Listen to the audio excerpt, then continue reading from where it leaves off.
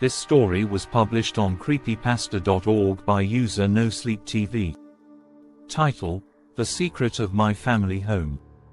For as long as he can remember, he's had dreams where he feels completely unable to move. In these dreams, he sees only darkness and hears whispers, soft, yet relentless. As the dreams are about to end, he often experiences sleep paralysis, which only prolongs his torment, making the nightmare last even longer. His parents have always dismissed his experiences, saying that they too have nightmares and that it's normal. They would tell him he just needs to get used to it, insisting it's nothing worth focusing on. When he turned 18 and got his driver's license, his nightmares seemed like nothing more than echoes of the past. One day, when he came home early from his friends, he overheard his parents talking, unaware of his presence. They were discussing a recent article in the newspaper about how their old house had caught fire due to a lightning strike during the last storm. They mentioned that no one lived there anymore anyway. "Old house, what do you mean?" he asked, confused. His parents, clearly surprised by his early return, tried to mask their surprise. They told him it was nothing important, that before this house, they had lived in another one. "It's no wonder you don't remember it. You were very young," they explained. "I lived in another house and don't even remember. How old was I?" he pressed, trying to get more details. His parents, obviously reluctant to continue the conversation, replied that he was maybe 3 or 4 years old, but they showed no interest in discussing the matter further, so the topic quickly ended. The boy remembered that his parents mentioned an article in the newspaper, so he realized that he could find information about the house there, what it looked like, where it was located.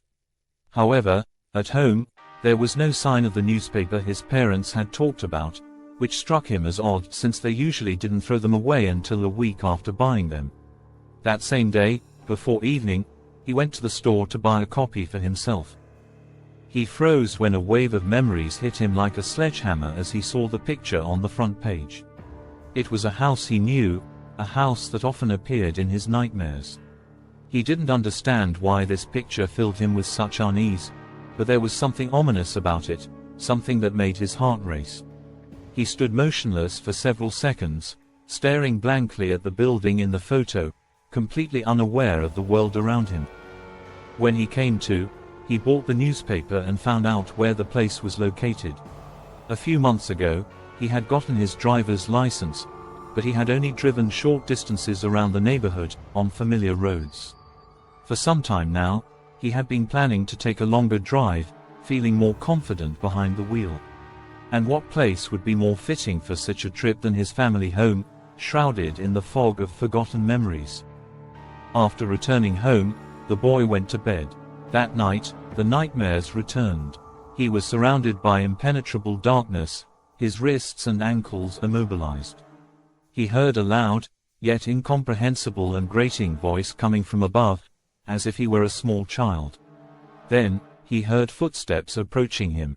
With each step, his fear grew rapidly, until he realized that whatever was making those sounds was nearly upon him. He awoke from the nightmare, drenched in cold sweat. But the nightmare didn't end there. He lay in bed for a few more minutes, unable to move. He couldn't remember the last time he had suffered from sleep paralysis, and now he feared that the source of those footsteps might appear in the waking world. But the sleep paralysis finally ended. It was early morning, that haunting hour when night blends into dawn. After everything that had happened, there was no chance he could fall back asleep.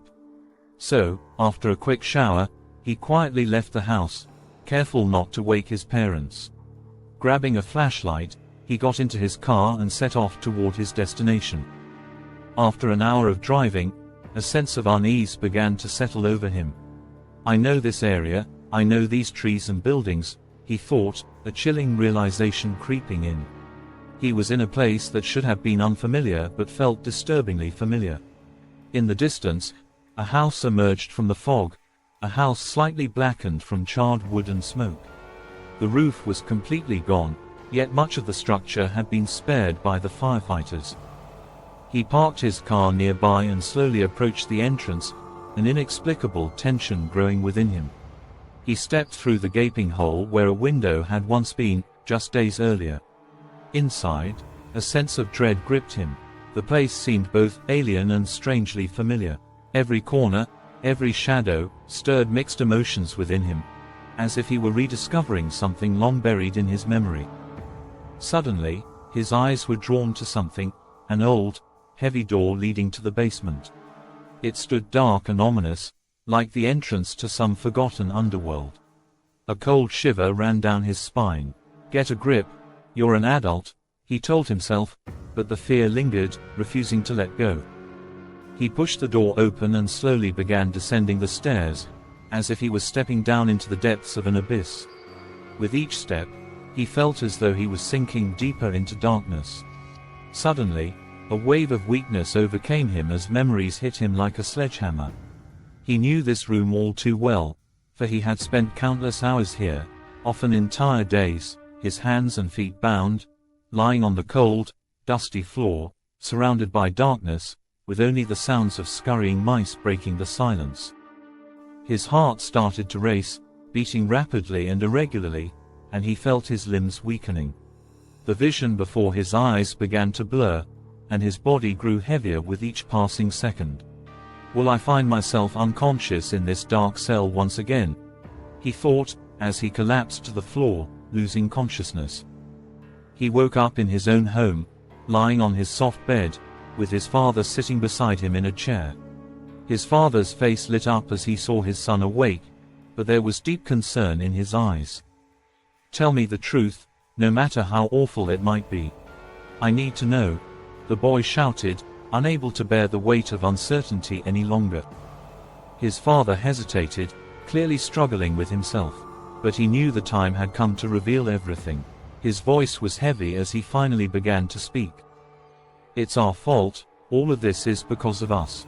We thought we were protecting you, but we failed. The babysitter, it never occurred to me that something might be wrong with her. For a month, we left you with her while we were at work. Every day we came home, everything seemed fine. You never said a word about her. Then you caught a cold, and we assumed that's why you were so quiet and withdrawn. But even after you recovered, you were still sad, and I knew something was wrong. That day, I left work early on purpose. I came home, and no one was in the living room. The basement door was ajar. I opened it and saw her tying your hands. I charged at her, knocked her down, and called the police. I'm so sorry." His father began to sob, his shoulders shaking. "I can't imagine how many times she did this to you, and I have no idea what drove her to it. The memory of that day haunts my nightmares, and it must have been an unbearable burden for a child. You forgot because it was too much for you to handle. But memories always come back, son, and they're never as dead as we'd like them to be."